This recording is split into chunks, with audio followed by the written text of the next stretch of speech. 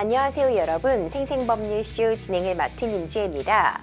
생생법률쇼에서는 크고 작은 법률 문제로 어려움을 겪고 있는 시청자 여러분들을 위한 법률 상담과 함께 세상을 들썩이게 하는 이슈들을 법률적으로 풀어보는 시사법률 토크까지 준비되어 있습니다. 오늘은 세무 상담 시간 준비되어 있는데요. 지금 가장 뜨거운 세무 이슈부터 세금이 고민인 분들을 위한 밀착 상담까지 놓치지 마시기 바랍니다.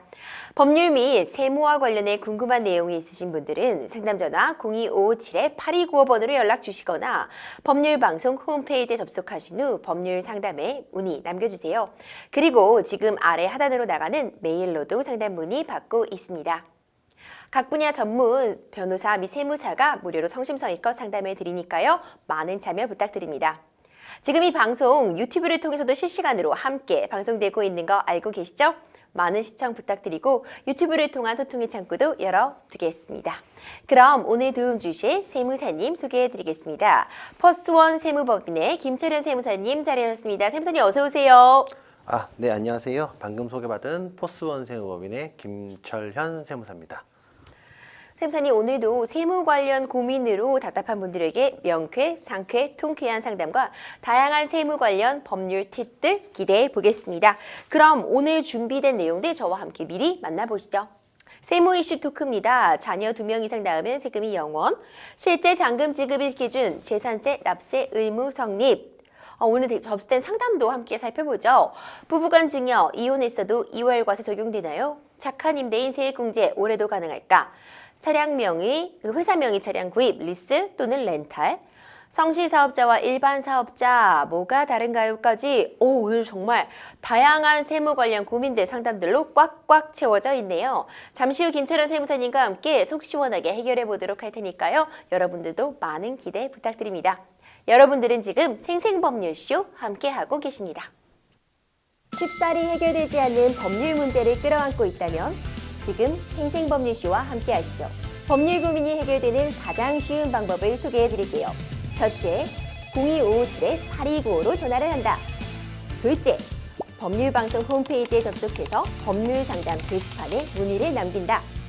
셋째, 지금 화면에 나오고 있는 이메일 주소로 사연과 연락처를 보낸다. 생생법률쇼가 자랑하는 각 분야의 전문 변호사가 여러분의 더부룩한 속을 뻥 뚫어드립니다.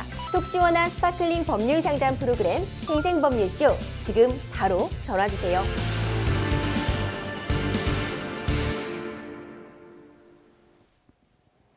생생법률쇼 첫 번째 순서는요. 법과 관련된 상식들에 대해 굵고 짧게 알아보는 시간 준비되어 있습니다.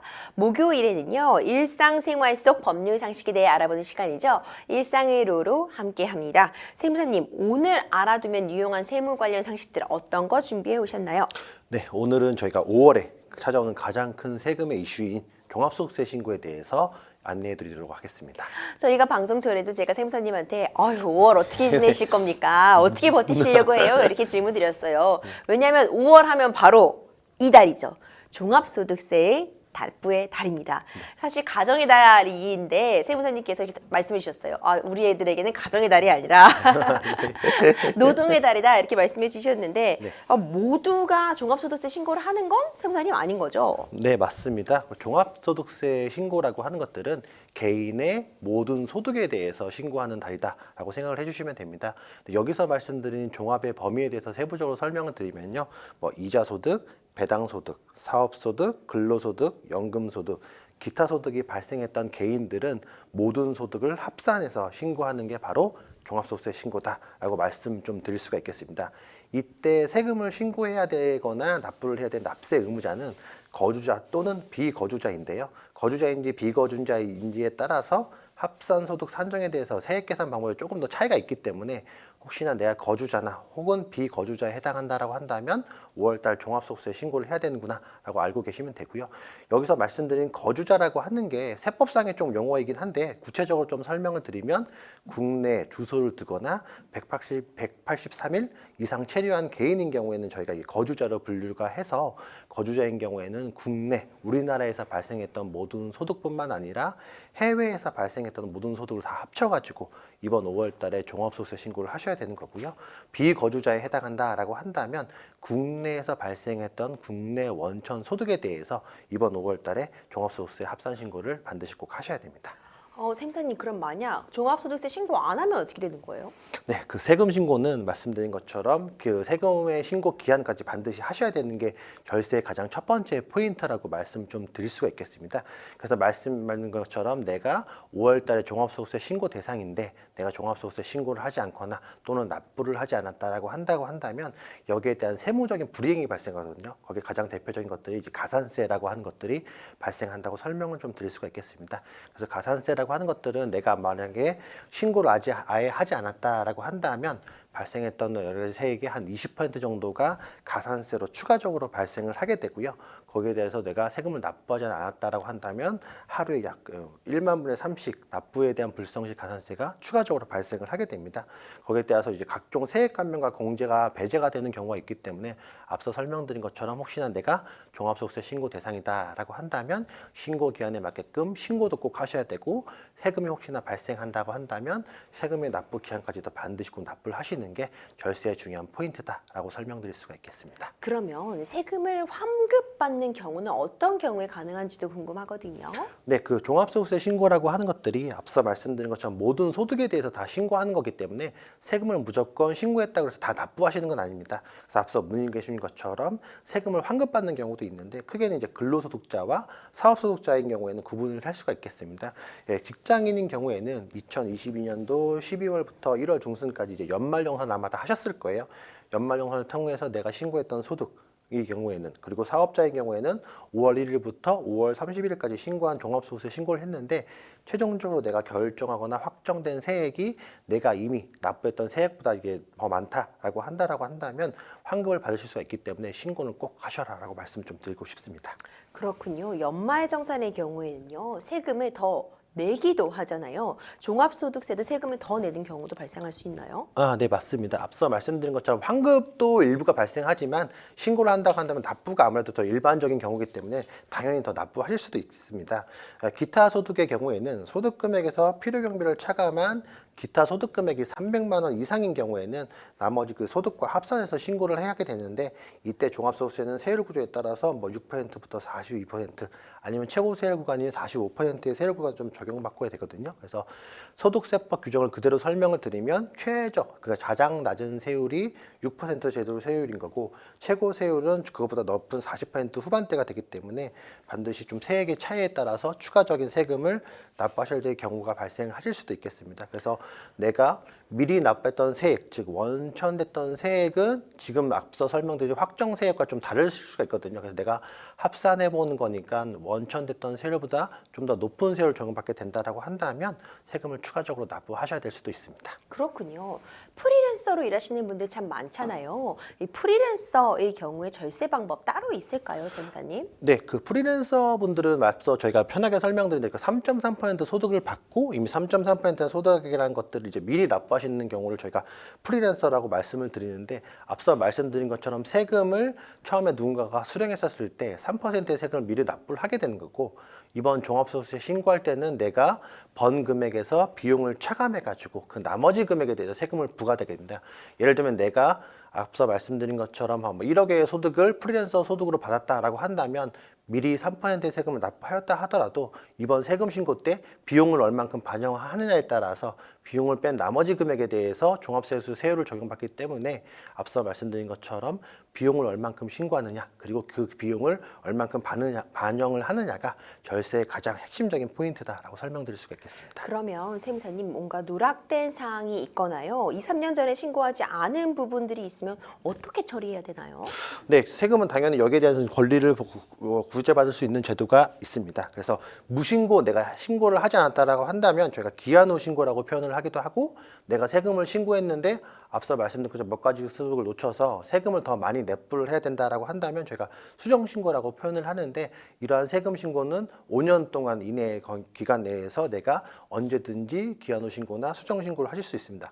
거꾸로 앞서 말씀드린 것처럼 경정 청구라고 해서 내가 세금을 더 돌려받아 썼어야 됐는데 더 돌려받지 못한 경우에 통해서는 경정 청구도 통상적으로 5년 이내의 기간에 통해서 내가 아 그때 내가 더 뭐 공제나 비용 같은 거나 감면을 더 반영해서 세금을 더 줄일 수 있다라고 한다면 경정 청구를 통해서도 충분히 세금을 나오정에 환급받을 수가 있기 때문에 앞서 말씀드린 것처럼 세금을 신고기한 내에 청구하시고 혹시나 놓쳤다라고 한다면 추후에 이런 경정 청구 같은 절차를 통해서 환급도 받으실 수가 있습니다. 이 종합소득의 세율은 어떻게 되는지도 궁금하거든요.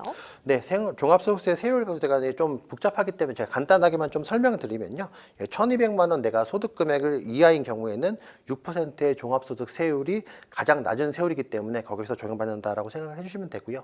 앞서 설명드린 건 여기서 설명드린 1,200만 원이라고 하는 게 나의 수입에서 비용을 뺀 금액을 기준으로 하기 때문에 이것도 꼭 체크를 한번 해보셔서 만약에 내가 이 금액이 뭐 10억을 초과했다라고 한다면 최고 세율 구간인 45%의 구간을 적용받아서 세금을 좀 적용받는다라고 생각을 해주시면 되는데 여기서 또 한 가지 생각해 주셔야 될 게 앞서 설명드린 세율은 국세에 대한 세율이기 때문에 국세의 대략적으로 한 10% 정도가 지방세도 받습니다. 그래서 내가 6%의 국세를 적용받는다라고 한다면 0.6% 정도의 지방세도 추가적으로 발생하는구나라고 것들까지 체크를 하셔가지고 세금의 신고나 납부에 대해서 꼭 체크를 한번 해보시기 바랍니다.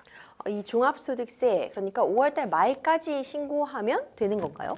네, 그 22년도 1월 1일부터 내가 12월 31일까지 앞서 말씀드린 뭐 이자 소득부터 해서 기타 소득이 발생했다라고 한다면 다음 연도 5월, 즉 이번 달 5월 1일부터 5월 31일까지 신고를 꼭 하셔야 되는 겁니다.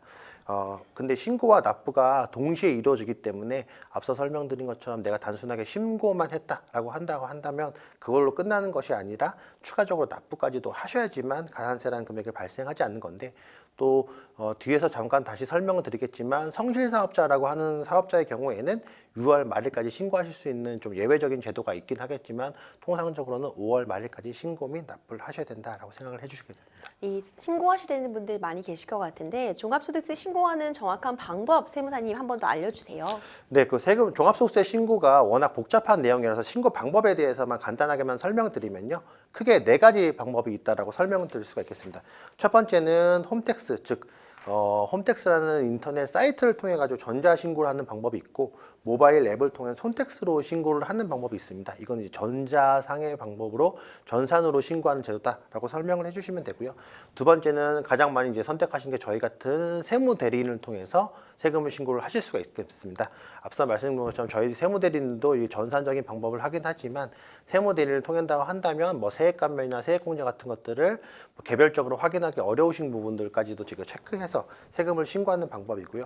세 번째로는 이제 서면에 의한 세금 신고 방법이 있습니다. 서면이라고 하는 것들은 직접 내가 국세청이나 세무서를 방문하셔가지고 거기에서 신고서라는 서식을 작성을 하셔야 되고 아니면 내가 신고나 작성했던 서식을 뭐 우편을 통해서 직접적으로 제출하시는 방법이 서면 신고다라고 설명드려서 크게 4가지 방법이 있다라고 설명을 좀 드릴 수가 있겠습니다. 네, 지금까지 5월의 가장 큰 이슈 종합소득세에 대해 알아봤습니다.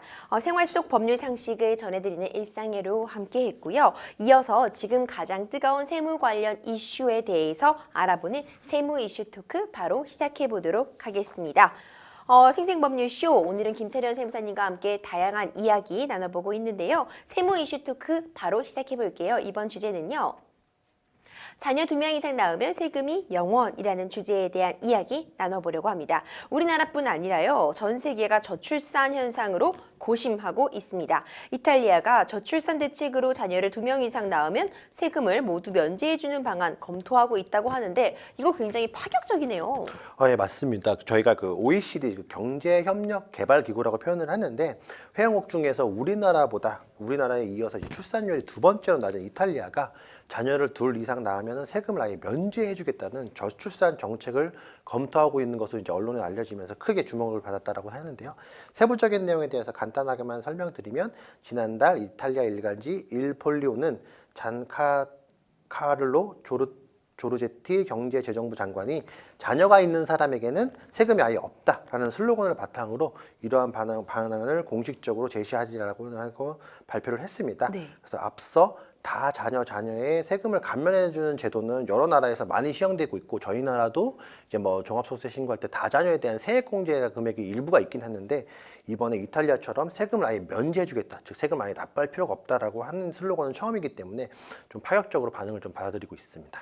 이탈리아도 저출산 문제가 상당히 심각한가 봐요, 쌤선님. 네, 맞습니다. 그 이탈리아 통계청에서 발표한 자료를 제가 간단하게만 설명을 드리면요. 지난해 신생아 수가 39만 2,600명으로 1861년 통일국가 출범 이후로 역대 처음으로 40만 명대 미만으로 기록했다고 밝혀졌습니다.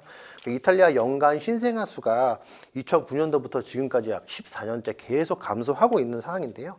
지난해 기준으로 해서 이탈리아 총 인구가 전년대보다 약 17만 9천 명이 감소하면서 5,885만 명을 기록을 했습니다.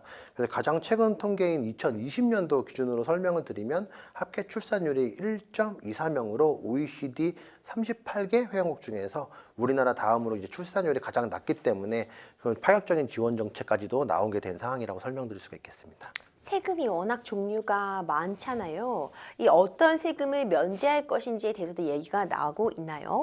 네, 그 비톤치 차관의 이제 경제재정부 차관의 아이디어는 획기적이라고 하면서 출산율을 높이기 위한 부양 자녀가 있는 경우에는 세금을 감면할 필요가 있다라는 부분들을 같이 좀 설명을 했는데 앞서 말씀드린 것처럼 이게 이제 그런 정책을 검토하고 있다라는 취지로 설명이 들었기 때문에 어떤 세금이 구체적으로 이제 될지 아니면 앞서 설명드린 것처럼 세금의 면제까지 되면서 세금을 아예 납부하지 않게 될지는 좀 후속적인 정책이 어떻게 될지를 좀 확인 한번 해보고 체크를 한번 해봐야 될 것 같습니다. 저출산은 우리나라에서도 굉장히 심각한 문제인데요. 국회에서 저출산 대책 법안을 앞다퉈 쏟아내기도 했습니다. 세금 감면 저출산 대책도 있었는데 좀 눈에 띄는 그런 법안 있으신가요? 네, 그 저희 나라가 앞서 이탈리아의 사례를 설명드렸는데 이탈리아보다 더 낮은 게 우리나라거든요. 저 인구가 이제 40개월째 계속 감소하면서 저출산 사태가 날로 더 심각해지고 있는 가운데 저희가 이제 세금 감면과 같은 직접적인 지원이 필요하다는 목소리가 계속적으로 나오고 있습니다. 그 저출산의 주요 원인을 꼽히고 있는 이제 자녀 양육에 대한 경제적인 부담을 세액 감면을 통해서 어느 정도 보존해줘야 되는 게 아니냐라는 취지인데요. 그 신동근 더불어민주당 의원이 발표한 내용에 따르면 다자녀 가구에 대한 조세 감면 혜택을 좀 확대하기 위해서 지방세 특례 제한법과 개별 소비세법 일부 개정안을 대표적으로 발의를 했습니다. 이 개정안에 대한 세부 내용을 설명드리면 다자녀 가구에 대해서는 자동차 취득세 특례 제도의 감면 한도를 현행 140만 원에서 300만 원으로 인상을 해주겠다. 라고 하는 거고 개별 소비세 한도도 현행 300만 원에서 이거를 400만 원으로 상향해 주면서 세액 감면과 세액 감도의 한도를 좀 더 높여서 조금 더 세금적인 정책을 좀 해주겠다라고 하는 게 골자다라고 설명을 좀 드릴 수가 있겠습니다. 그래서 현행법은 만약에 18세 미만의 자녀가 3명 이상을 양육하는 사람에 대해서는 취득세와 개별 소비세를 각각 최대 이제 140만 원과 300만 원 한도로 면제를 하고 있었던 게 현재 제도인 건데 이거를 좀 더 확대를 해서 이제 그 다자녀 가구의 승용차 이용이 필수적이라는 부분을 고려해가지고 한도액 수준이 너무 낮다는 문제를 좀 해결하기 위해서 개별 서비스의 경우에는 최대 400만 원인 것과 비교해가지고 저출산 해결을 위한 정책적 고려가 필요하다는 취지로 진행이 되었다라고 설명을 좀 드릴 수가 있겠습니다. 신동근 의원의 개별안에 대해서 좀 세부적인 내용을 설명드리면요. 저출산 문제 해결을 위해서는 국가의 직접적인 지원이 필요하다라고 하면서 개정안이 통과된다라고 한다면 현행 최대 440만 원에서 700만 원까지 세액 감면을 통해 가지고 다자녀에 대한 자녀 양육에 대한 부담감을 크게 줄일 수 있겠다라고 하는 게 법안 발의의 대표적인 배경이다라고 강조를 하고 있습니다. 이 최영두 국민의힘 의원 역시 1세대 1주택에 탄력적 세제 혜택을 줘야 한다는 내용의 법안을 발의했다면서요? 네, 맞습니다. 그 5일 국회에 따르면요. 아까 최영두 국민의힘 의원이 이 같은 내용을 골자로 하는 종합부동산세법과 조세특례 제한법의 일부 개정안을 대표적으로 발의를 했습니다. 그 최영두 의원의 내용을 살펴보면요, 지역 소멸은 더 이상 이제 방치해서는 안 될 국가적으로 중요한 문제다라고 하는 거고, 20년도 기준으로 설명을 드리면 대한민국 전체 시군구의 약 66%가 이미 인구의 데드크로스, 즉 사망자보다 이제 출생자가 더 줄어드는 상황에 직면해 있는 거고. 인구가 정점 대비해서 20% 이상, 인구가 감소한 시군구가 벌써 60여 곳에 달하고 있다라고 발표를 했습니다. 그래서 소멸 고위험 지역군이 17년도에는 12곳에서 그 47년도가 되는 경우에는 157곳으로 늘어날 전망이기 때문에 이러한 저출생 그리고 고령화, 산업 공동화의 삼중고를 허덕이고 있는 상황에서는 수도권 이외의 지역을 살리기 위한 그 특단적인 대책으로 수도권 외에 1주택을 보유하고 있는 경우에는 지역으로 이주하거나 연고를 높이고 싶다 하더라도 재산상 불이익으로 인해서 엄두조차 못 내고 있는 상황을 좀 안타깝게 생각을 하면서요. 이는 현행법이 1가구 2주택에 고율의 세금을 부과하기 때문에 이런 뿐만이 아니라 이제 수도권과 지역 간 주택가격 상승의 현장 격차를 좀 줄이기 위해서 지방에 있는 주택의 취득을 좀 더 원활하게 하기 위한 제도로 이런 법안이 좀 발의되었다라고 설명을 좀 드릴 수가 있겠습니다. 이 세부 내용에서 조금만 더 설명을 드리면 1세대 1주택자가 납세 의무자가 뭐 통근이나 아니면 통학 아니면 관광, 휴양 업무 등의 목적으로 장기간의 교류를 위해서 거주하고 있던 지역이 아닌 지역의 주택을 보유하는 경우에도 1세대 1주택자로 간주해서 세제 혜택을 그대로 적용하겠다라고 하는 게 가장 핵심적인 부분인 거고요. 양도소득세 과세특례 대상도 관계 구인으로서 삶의 영위하기 위해서 수도권 외의 지역에서 주택을 취득한 자를 포함하고 그 해당 특례는 일몰기간을 아예 삭제하는 것들로 개정을 좀 발의했습니다. 그걸 발표하면서 최 의원은 이제 지역경제 활성화, 지역균형 개발, 그리고 지역소멸 방지라는 국가적 과제를 해결하기 위해서는 현재 제도인 1세대 1주택 원칙에서는 이것에 대해 제한이 워낙 많기 때문에 좀 파격적인 세제 혜택을 줘야지만 주택수의 활성화와 거기뿐만 아니라 지역경제를 활성화할 수 있겠다는 취지로 본 법안이 발의된 것 같습니다. 그렇군요. 이들 법안에 대해서 김채련 세무사님은 어떤 생각 갖고 계신지도 궁금하거든요. 뭐 합리적이다거나 효율적이라고 보시나요? 네, 그 저출산 문제가 워낙 핵심적으로 국가의 중요한 문제인 건 맞습니다. 그래서 그렇게 저출산 문제를 해결하기 위해서는 앞서 제가 말씀드린 것처럼 주택에 대한 부분들은 좀 크게 개선이 되어야 된다는 취지로 저도 역시 동의를 하고 있습니다. 현재 양도소득세법이 워낙 그 뭐 1세대, 2주택, 그러니까 주택 수혜를 여러 가지 가지고 거기에 대한 불이익을 좀 가지고 있지만 거기에 대한 불이익을 해결하지 않으면 지역 경제 활성화거나 아니면 저출산의 문제를 좀 해결하기 위한 큰 걸림돌이 된다라고 생각을 하고 있고요. 물론 뭐 현재 세법 기준으로도 뭐 농어 첫 주택이거나 농가 주택에 대한 경우에는 뭐 주택수에서 일부가 제외되는 규정이 좀 있긴 하지만 좀 더 파격적으로 이런 부분들을 좀 확대해서 세제 혜택을 통해 가지고 이런 문제를 해결하기 위한 하나의 큰 포인트가 필요하다라고 하고 저희도 생각을 하고 있습니다. 그렇군요. 지금까지 김채련 세무사님과 함께 세무 관련 이슈 토크 해봤습니다. 다음 순서는요. 생생법률쇼의 자랑이죠. 세무 관련 상담들 이어가 보겠습니다. 이번에는 법률방송 홈페이지를 통해 접수된 세무 관련 고민 김채련 세무사님과 함께 해결해 보겠습니다. 몇 해 전 남편에게 주택 한 채를 증여받았습니다. 당시 남편 명의로 한 채, 제 명의로 한 채가 되면서 1세대 2주택이 됐는데요. 주택 증여받고 2년 지나서 이혼을 하게 됐습니다. 이번에 이 주택을 매도하려고 하는데요. 이혼 후에 양도를 한다고 해도 5년 이내라면 2월 과세가 적용되는지 궁금합니다. 또 이혼을 했으니 1세대 1주택인 셈인데요. 2년 동안 보유하면 비과세 적용 대상이 아닌지요? 이런 상담이 접수가 되었습니다. 세무사님, 배우자에게 주택 등의 자산을 증여받는 경우가 많은지 또 이때 유의점은 어떤 것들이 있을지 궁금하거든요. 네, 그 앞서 저희 상담에서 질문 주신 분처럼 배우자 간의 증여가 작년 몇 년부터 굉장히 급증했습니다. 그래서 증여받는 경우가 굉장히 많기 때문에 이러한 증여를 받는다라고 한다면 증여세라는 세금이 필수적으로 따라오기 때문에 증여세에 대한 핵심적인 내용을 꼭 체크를 한번 해보셔야 됩니다. 그래서 각자 유의할 점이 여러 가지 포인트가 있겠지만 제가 가장 먼저 핵심적으로 말씀드리면 첫 번째는 증여라고 하는 것들은 증여재산 공제도 있고 10년 동안 합산 대상이 있기 때문에 과거에 증여를 신고한 내역이 있는지를 여러분께서 꼭 한번 체크를 한번 해보셔야 됩니다. 그래서 합산 배제 규정을 놓치셔가지고 내가 합산되는 줄 모르고 있었다가 증여해서 되게 큰 세금을 좀 납부하시게 되는 경우도 많고요. 두 번째는 이렇게 그 주택 같은 자산을 증여할 때가 되면 가장 핵심적으로 생각을 하셔야 될 게 과연 이 자산의 가액을 얼마로 할 건지에 대한 부분인 겁니다. 그래서 문의를 주신 분처럼 주택이라고 표현하셨는데 이게 뭐 아파트인 경우에는 앞서 말씀드린 것처럼 유사매매 사례가액이라는 법률 제도가 있기 때문에 그 시가라는 금액을 좀 확인하기가 쉽겠지만 일반적인 단독주택이거나 다가구주택인 경우에는 시세라는 금액을 확인할 수 없기 때문에 이런 경우에는 과연 시세를 얼마로 볼 것이냐, 그 납세자 입장에서는 세금을 줄이기 위해서는 가액이 좀 낮아지는 게 당장의 증여세나 취득세나 여러 가지 세금적으로 유리하다 본 거니까 또 거꾸로 과세감청 입장에서는 이 금액을 조금 더 높게, 그러니까 시가와 유사하게 받아야지만 세금이라고 하는 것들의 세수 확보라는 목적에서 좀 더 적합하기 때문에 이 부동산 취득가액에 대한 부분들을 꼭 핵심적으로 체크를 해보셔야 될 게 증여에 가장 유의하셔야 될 점이라고 설명 좀 드리고 싶습니다. 그렇군요. 이 배우자에게 증여받은 재산을요, 5년 이내에 양도하면 2월 과세가 적용되는 걸로 알고 있습니다. 우선 2월 과세, 말이 좀 어려워요. 용어 설명부터 좀 부탁드릴게요. 네, 그 2월 과세라고 하는 게 일반적으로 좀 듣기 힘들고 이제 세법에서만 적용되어 있는 설명이기 때문에 제가 간단하게 차근차근히 좀 설명을 좀 드리겠습니다. 먼저 첫 번째로 이제 2월 과세라고 하는 것들이 원래는 5년 동안 2월 과세가 적용됐었는데 23년도 1월 1일부터 이게 이제 10년 동안으로 좀 개정이 됐거든요. 그래서 10년 동안 이런 2월 과세가 적용된다라고 생각해 주시면 되고, 그러면 2월 과세라는 규정이 무엇인가라고 설명을 드리면 배우자 또는 직계 존비속에게 증여받은 자산을 내가 혹시나 5년이나 아까 말씀드린 것처럼 10년 이내 양도하게 된 경우에는 양도 차액을 계산할 때 취득가액을 증여자의 취득가액으로 계산하는 제도가 2월 과세 제도다라고 설명을 좀 드릴 수가 있겠습니다.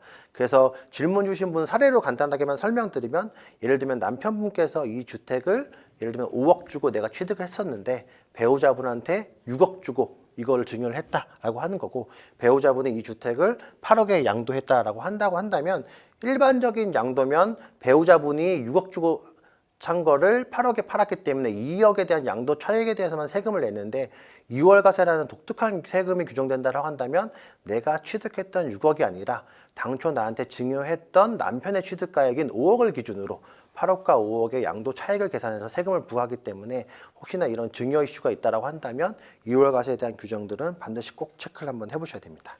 그럼 2월 과세 대상에는 어떤 것들이 있나요? 양도소득세가 발생하는 대상들은 모두 포함이 되는지도 궁금해요. 네, 저희가 뭐 세법 규정이기 때문에 모두 다 포함된다라고 하는 것은 아니지만 거의 다 대상이다라고 설명드리는 게 좀 맞을 것 같습니다. 그래서 양도소득세 과세 대상인 것들 중에서 토지, 건물, 그리고 그 부동산을 취득할 수 있는 권리, 예를 들면 뭐 분양권이나 아니면 조합원의 입주권, 그리고 특정시설물 이용권 같은 자산을 증여 후 양도하게 된다고 한다면 2월 과세에 대한 규정이 적용될 수가 있기 때문에 여러분들께서 꼭 유의 한번 해주셔야 되고요. 특히나 이제 부동산을 취득할 수 있는 권리인 이제 분양권과 조합원 입주권 규정이 2019년도 2월 12일 이후부터 들어왔기 때문에 혹시나 이렇게 예전 규정을 알고 계셔서 뭐 입주권을 했었을 때는 2월 과세가 적용이 안 된다라고 오해하시는 분들이 없게끔 꼭 이렇게 개정됐던 대상들을 증여하게 된다고 한다면 2월 과세에 대한 대상을 꼭 한번 체크를 한번 해보시기 바랍니다. 이 상담자님의 경우에 이혼을 하신 그런 상황이잖아요. 양도 당시 이혼으로 혼인관계가 소멸된 경우에도 2월 과세가 적용이 되는지도 궁금하거든요.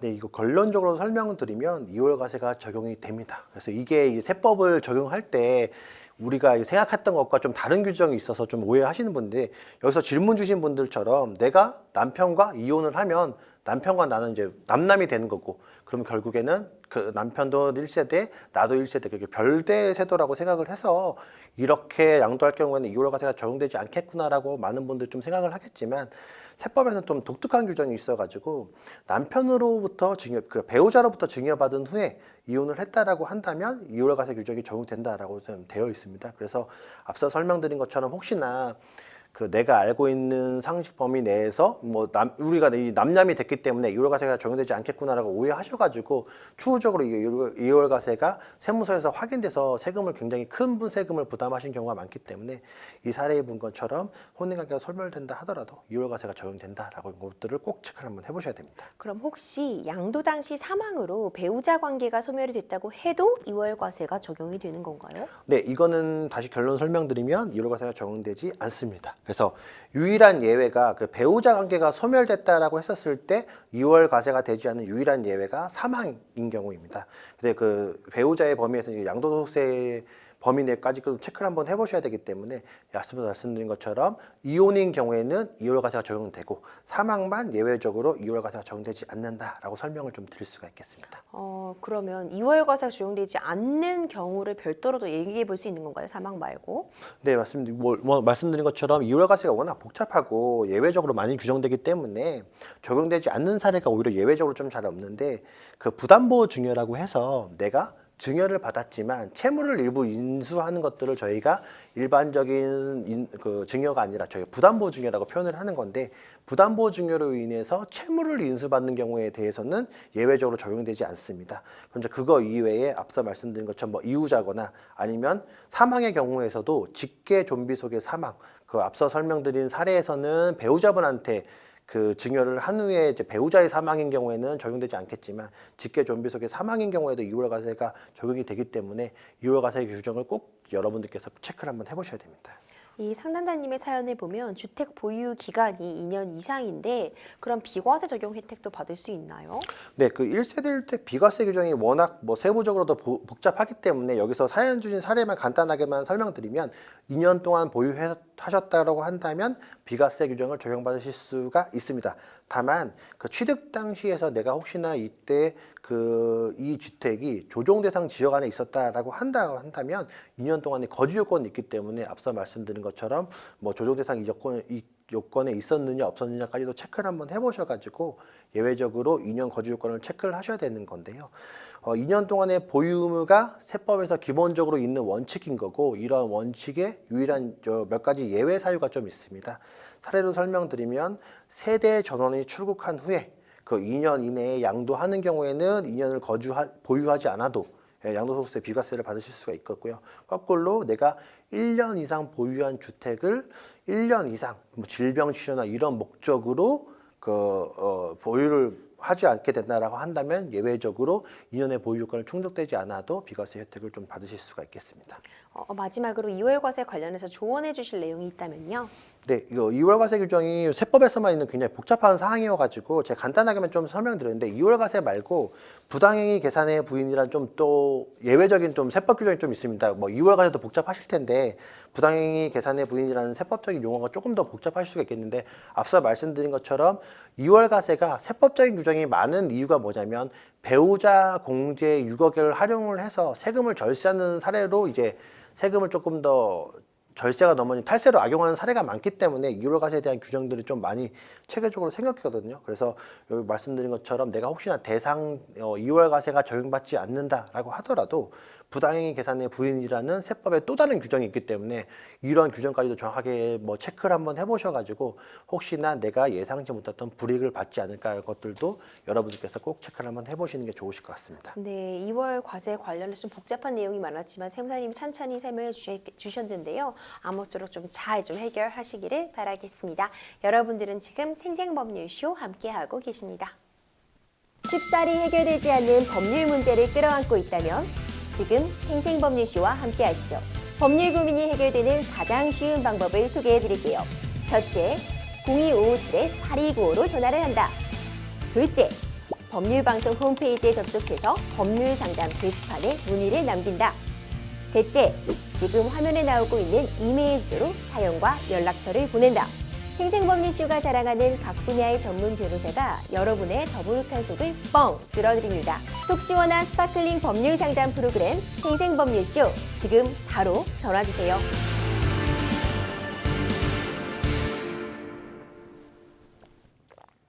네, 생생법률쇼 이번 순서는요, 김철원 세무사님과 함께 세무 관련 이슈 토크 진행해 보겠습니다. 이번 주제는 실제 잔금 지급일 기준 재산세 납세 의무 성립에 대한 이야기 나눠보려고 합니다. 특별한 사정이 없는 이상 계약상 잔금 지급일이 아닌 실제 잔금 지급일을 기준으로 재산세 납세 의무자를 판단해야 한다는 조세심판원의 결정이 나왔더라고요. 네, 맞습니다. 그 조세심판원이 이 같은 내용을 포함해서 지난 1분기 때 그 조세심판 청구 사례에 대해서 주요 결정 내 3가지를 좀 발표를 했습니다. 사례를 좀 설명을 드리면요. 그 매수인인 A씨가 주택 매도자에게 잔금을 21년도 5월 30일을 기준으로 이제 지급하기로 매매 계약을 체결을 했지만, 실제적으로 자기가 잔금을 21년도 6월 3일 날 잔금을 지급했습니다. 이에 대해서 이제 처분청, 즉 세무서에서는 재산세 과세 기준원이 그해 6월 1일 현재 이건 주택 재산세 과세 기준은 A씨로 보고 A씨한테 재산세를 부과했다 했는데, 이제 A씨가 이런 세금 좀 억울하다라고 해가지고 이제 조세 심판원까지 가게 됐는데요. 심판부는 해당 사례에서 A씨가 실제로 잔금을 지급한 날에 소유권이 이전됐기 때문에 취득세 납세 의무가 성립됐다고 보는 게 맞다라고 한다면 처분청의 결정은 잘못됐다라고 판단을 했습니다. 그렇군요. 이 조세 심판원이 처분청의 결정이 잘못됐다고 판단한 이유는 무엇일까요? 네, 뭐 여러 가지 사유가 있겠죠. 가장 핵심적인 내용을 설명을 드리면요. 조세 심판원은 그 유상승계 취득, 즉 이게 매매처럼 이런 경우에는 대금해집과 같은 소유권 취득이 실질적인 요건이거나 소유권 이전 요건의 형식적을 갖춰야 된다라고 좀 표현을 했습니다. 즉 다소 설명드리면 계약상의 잔금일이 언제인지 중요한 게 아니라 실제적으로 내가 잔금을 언제 납부했느냐를 기준으로 해서 재산세 부과 기준 여부를 판단을 해야 된다라는 부분들을 명시를 했다라고 설명을 드리는 건데요. 세법 기준으로 간단하게만 좀 설명을 드리면 지방세법 규정상 그 사실상의 취득가액은 취득세, 가세 표준으로 하고 가투법 시행령에서는 유상승계 취득, 그 매매와 같은 경우에는 사실상의 잔금 지급일을 취득일로 보도록 규정을 하고 있습니다. 또한 청구인의 경우에는 매매 계약상의 잔금이 이 지급일 이후인 21년도 6월 3일 잔금을 지급한 사실이 금융자료 등을 통해서 명백하게 확인이 되었고, 그리고 잔금일 이전에 사실상의 소유권이 이전됐다라고 하는 특별한 사정이 없기 때문에 재산세 부과 기준은 실질적인 요건을 기준으로 판단을 해야 된다라고 하는 부분입니다. 그러면 이런 조세 심판원의 판단에 대해서 세무사님 어떤 의견 갖고 계세요? 네, 앞서 이 판례가 세법이 가지고 있는 좀 예외적인 규정, 실질과세 원칙을 잘 설명해 준 거라고 설명을 좀 드릴 수가 있겠습니다.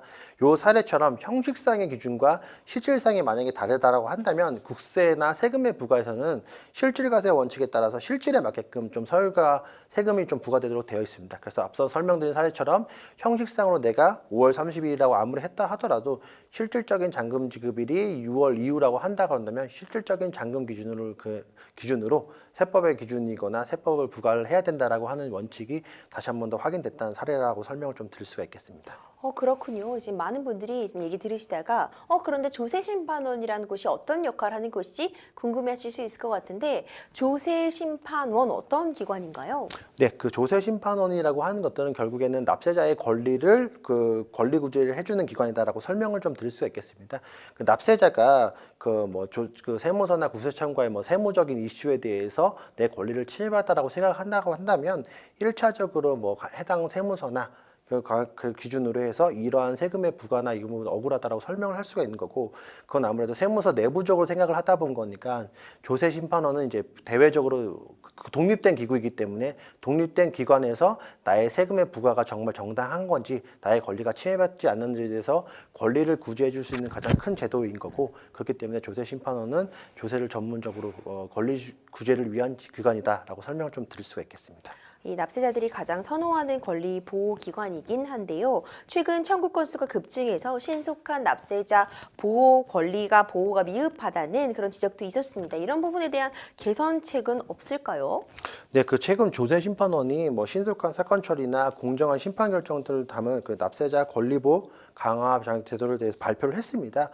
조세심판원이 아무래도 전문성과 책임감을 얼마나 가지고 있는 독립된 기관이 역할을 하고 있느냐에 대해서 좀 많은 의무심이 있었기 때문에 거듭나고 납세자 권리 보호를 위한 강화 방안을 마련했다라고 설명을 좀 드릴 수가 있겠는데요. 앞서 말씀드린 것처럼 조세심판원이 과거에는 이제 비상임 위원들에 대해서 해당 사례에 대해서 얼마큼 확인하고 있느냐, 아니면 여기에 대해서 얼마큼 내용을 좀 검증되고 있느냐에 대해서 독립성과 전문성에 대한 의구심이 굉장히 많이 좀 제기됐습니다. 그래서 그런 부분들을 체계적으로 좀 확보하기 위한 제도로 첫 번째가 된 거고, 두 번째는 앞서 말씀드린 것처럼 청구건수가 워낙 급증하다 본 거니까 조세심판원도 업무를 처리하기가 워낙 힘들다 본 거니까 여기에 대해서 업무 처리하기 위한 내부적인 기간을 좀 단축하거나 이렇게 좀 기간이 바뀌었다라고 좀 설명을 좀 드릴 수가 있겠습니다. 네, 공정하고 신속한 사건 처리를 추진하는 조세심판원의 역할을 기대해 보겠습니다. 지금까지 세무 이슈 토크 함께했습니다.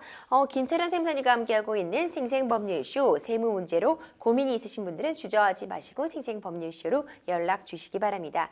이번에는요, 짧지만 깊이 있는 상담 3분 세무 상담 준비되어 있습니다.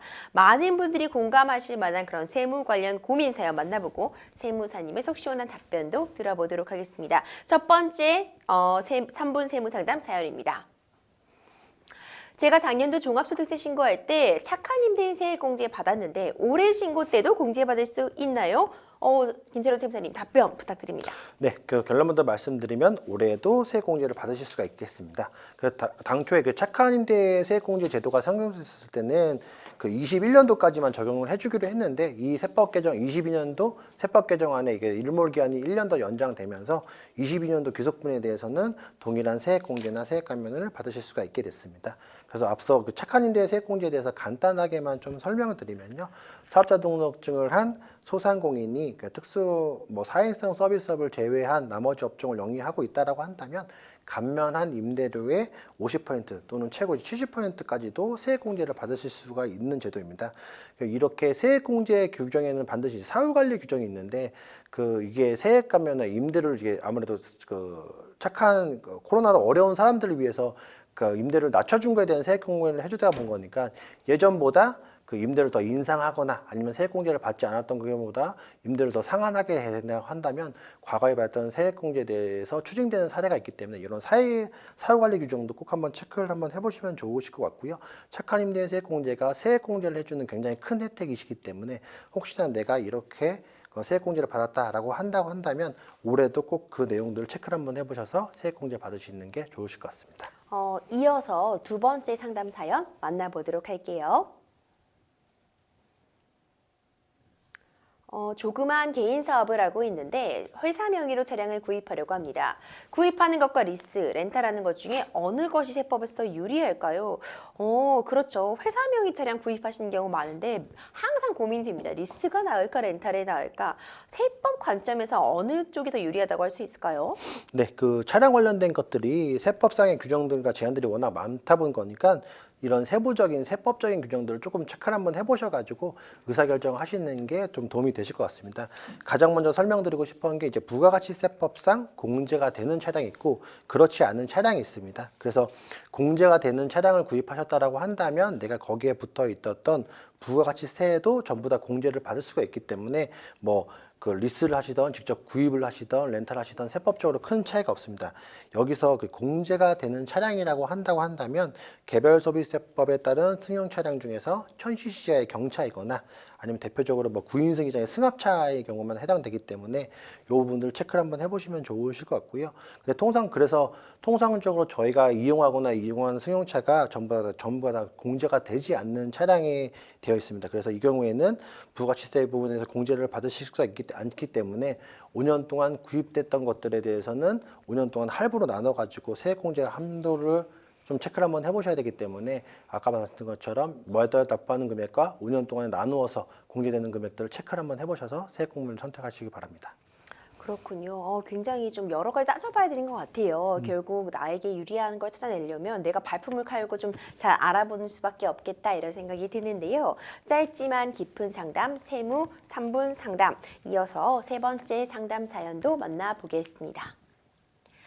세무사 사무실에서 저에게 매출이 높아서 성실사업자라고 하던데 성실사업자는 일반 사업자와 어떻게 다른가요? 또 성실사업자가 되면 저한테 어떤 장점이 있을까요? 이렇게 질문을 주셨습니다. 성실사업자 단어가 주는 어감은 굉장히 좋은데요. 뭔가 성실하게 세금을 납부한 사업자 내지는 높은 소득을 얻고 있지만 세금도 잘 내서 칭찬해주는 그런 의미 담고 있는 것만 같은데 실제로도 그렇게 긍정적인 의미로 해석하면 될까요?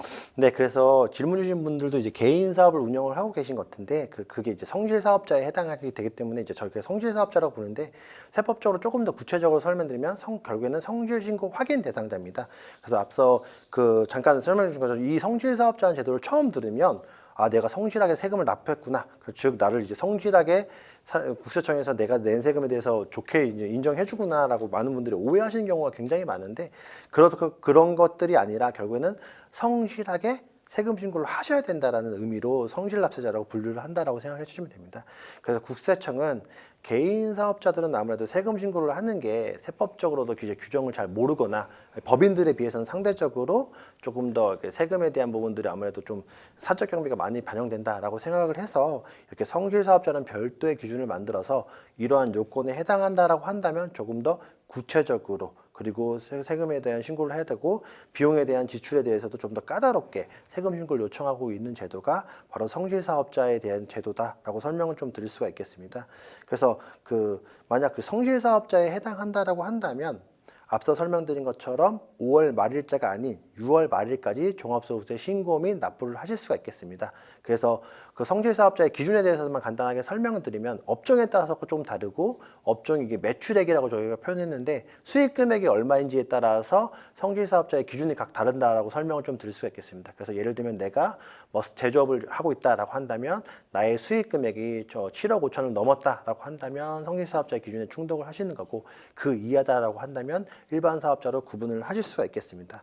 그래서 이렇게 종합소득세 신고를 성실사업자의 기준으로 굉장히 까다롭고 복잡하고 전문적으로 세금 신고를 했다라고 한다면 성실신고 확인 제도에 대한 지원 제도로서 성실신고 확인 비용의 60%만큼은 120만 원을 한도로 세액 공제를 받으실 수가 있겠습니다.